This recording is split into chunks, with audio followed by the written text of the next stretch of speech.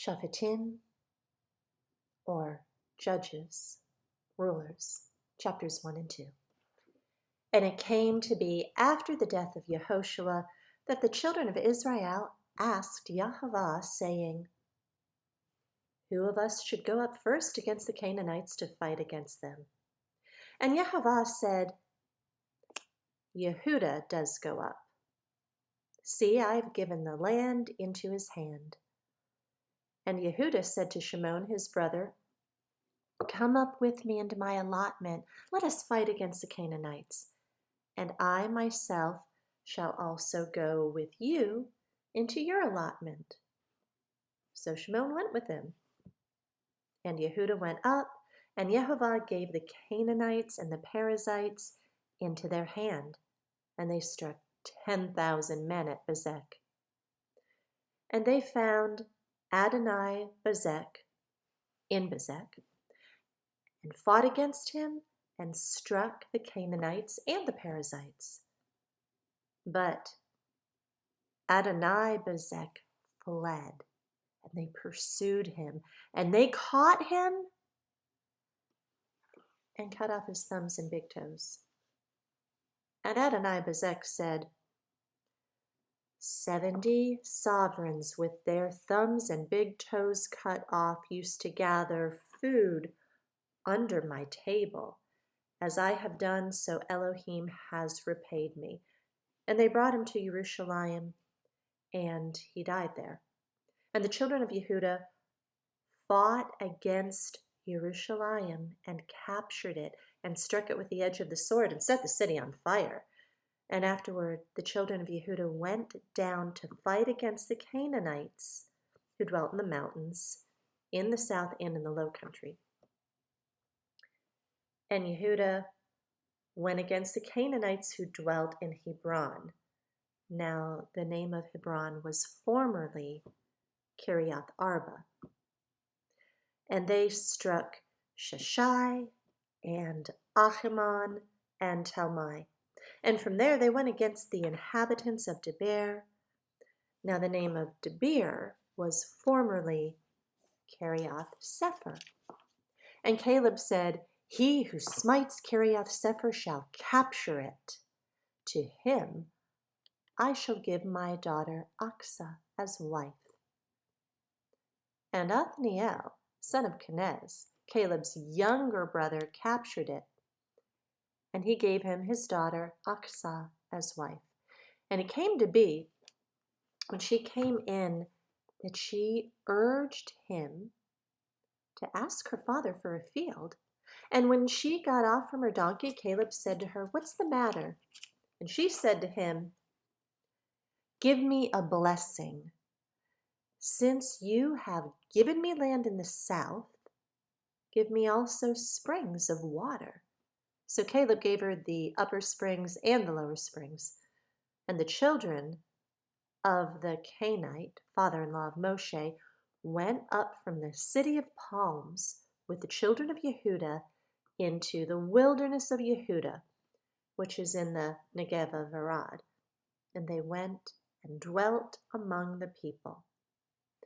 And Yehudah went with Shimon, his brother, and they struck the Canaanites who inhabited Sephath and put it under the ban. So the name of the city was called Hormah.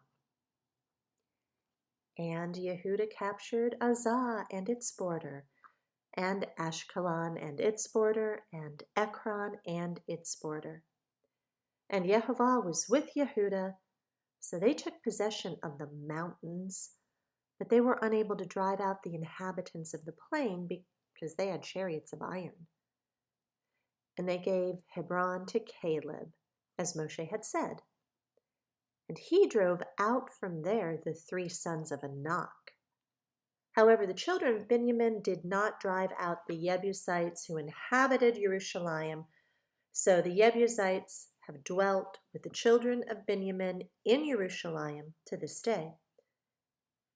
And the house of Joseph also went up against Bethel, and Yehovah was with them.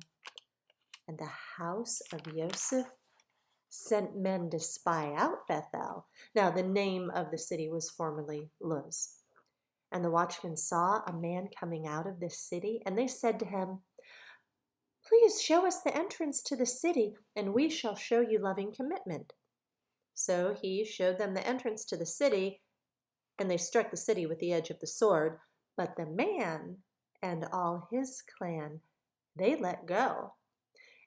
And the man went to the land of the Hittites and built a city and called its name Luz, which is its name to this day.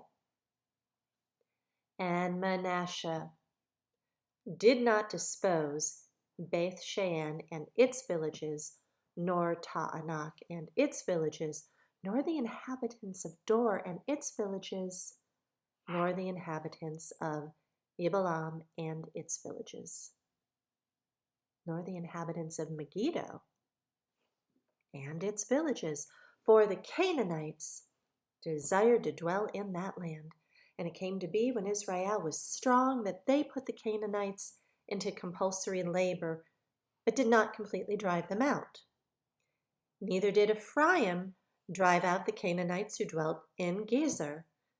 So the Canaanites dwelt in their midst in Gezer. Neither did Zebulun drive out the inhabitants of Kitron or the inhabitants of Nahalal. So the Canaanites dwelt in their midst and became compulsory labor. Neither did Asher drive out the inhabitants of Akko, nor the inhabitants of Sidon, nor of Achlav, nor of Achzib, nor of Helba, nor of Aphik, nor of Rehob. So the Asherites dwelt in the midst of the Canaanites, the inhabitants of the land, because they did not drive them out. Neither did Naphtali drive out the inhabitants of Beth Shemesh, nor the inhabitants of Beth Anath, but they dwelt among the Canaanites, the inhabitants of the land. And the inhabitants of Beth Shemesh and of Beth Anath became compulsory labor for them. And the Amorites pressed the children of Dan into the mountains, for they would not allow them to come down into the valley. And the Amorites desired to dwell in Mount Heres, in Ayalan, and in Sha'albim. But when the hand of the house of Joseph became stronger, they became compulsory labor.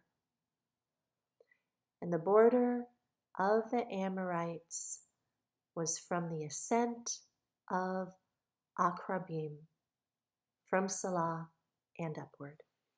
Chapter 2.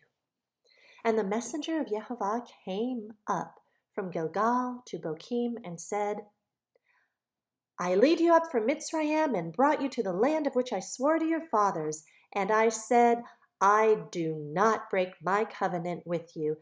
And as for you, do not make a covenant with the inhabitants of this land. Break down their slaughter places."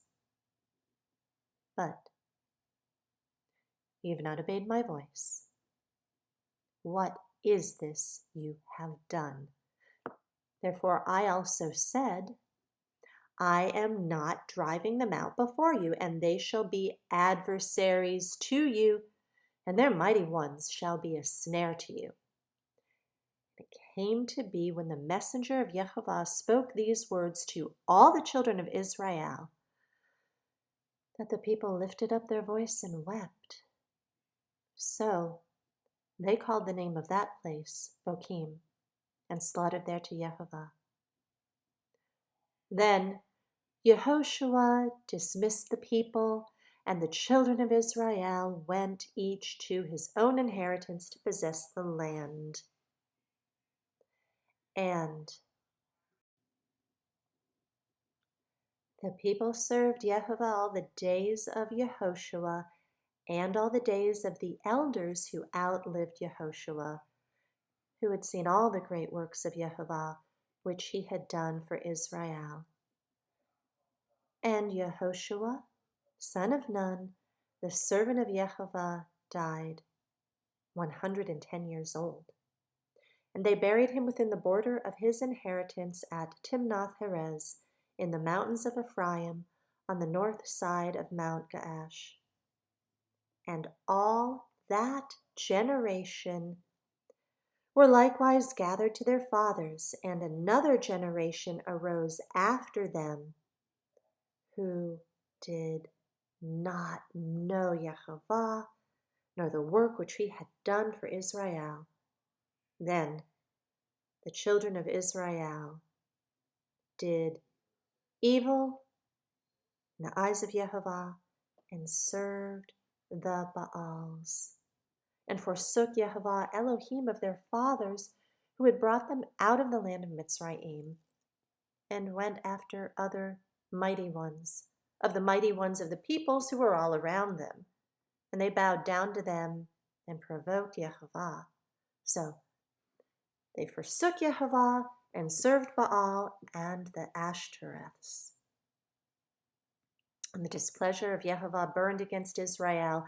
Therefore, he gave them into the hands of the plunderers who despoiled them. And he sold them into the hands of their enemies all around. And they were unable to stand before their enemies any longer.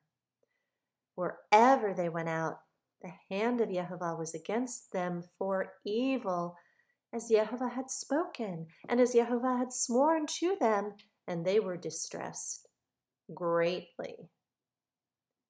Then Yehovah raised up rulers who saved them from the hands who plundered them. However, they did not listen to their rulers either, but went whoring after other mighty ones and bowed down to them. They soon turned aside from the way in which their fathers walked. In obeying the commands of Yehovah, they did not do so. And when Yehovah raised up rulers for them, Yehovah was with the ruler and saved them from the hands of their enemies all the days of the ruler. For Yehovah had compassion on their groaning because of those who oppressed them and crushed them. And it came to be when the ruler was dead, they would turn their back and do more corruptly than their fathers, to go after other mighty ones, to serve them, to bow down to them. They did not refrain from their practices and from their